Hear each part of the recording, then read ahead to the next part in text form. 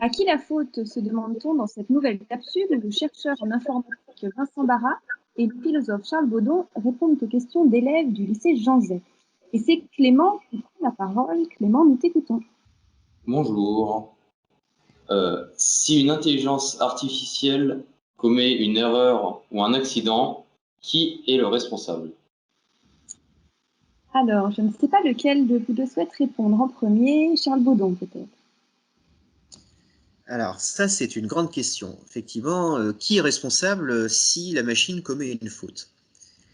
Mais en fait, il faut s'interroger sur la question de la responsabilité et à quel type de concept elle renvoie.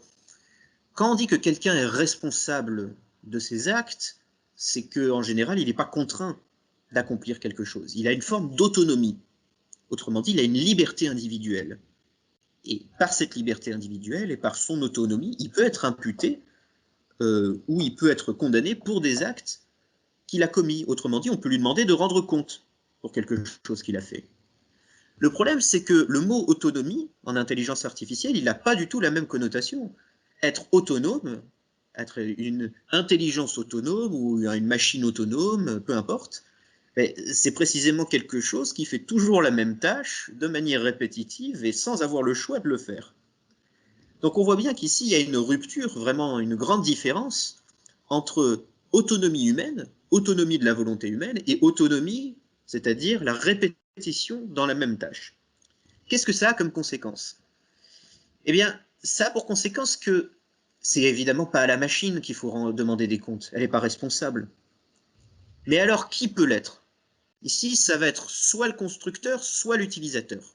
Dans le cas de la médecine, si un médecin prend une mauvaise décision, même si c'est la machine qui a donné un mauvais résultat, c'est le médecin qui est responsable, parce que c'est lui qui décide. C'est lui l'agent moral, ici.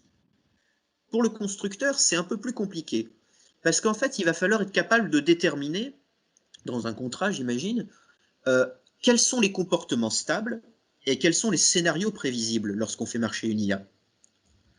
Et là va intervenir une question d'actualité, c'est l'explicabilité des modèles de l'intelligence artificielle. Comment prévoir un scénario ou stabiliser le comportement d'une machine si au bout d'un moment, les réseaux de neurones, pour en donner un exemple, on n'arrive plus à expliquer comment ça fonctionne à l'intérieur. Et donc du coup, on n'arrive plus à expliquer le résultat qu'ils vont nous donner en sortie. C'est ici que les questions vont se poser. Pour pouvoir rendre quelqu'un responsable de son intelligence artificielle qu'il a construite, il faudrait arriver à prouver que le comportement instable que la machine a eu ou le scénario qui s'est produit ne pouvait pas être prévu. Mais pour pouvoir le faire, évidemment, il faut déjà être capable de pouvoir expliquer le modèle, et pour que le modèle soit explicable, il faut qu'il soit suffisamment stable. Vincent Barra, vous souhaitez compléter? Oh, il y a beaucoup de choses qui ont été dites là, donc j'aurais pas grand-chose à rajouter. Effectivement, cette question d'explicabilité, elle est fondamentale hein, pour ces questions-là et pour d'autres. Aujourd'hui, je pense qu'il est temps de légiférer sur tout ça.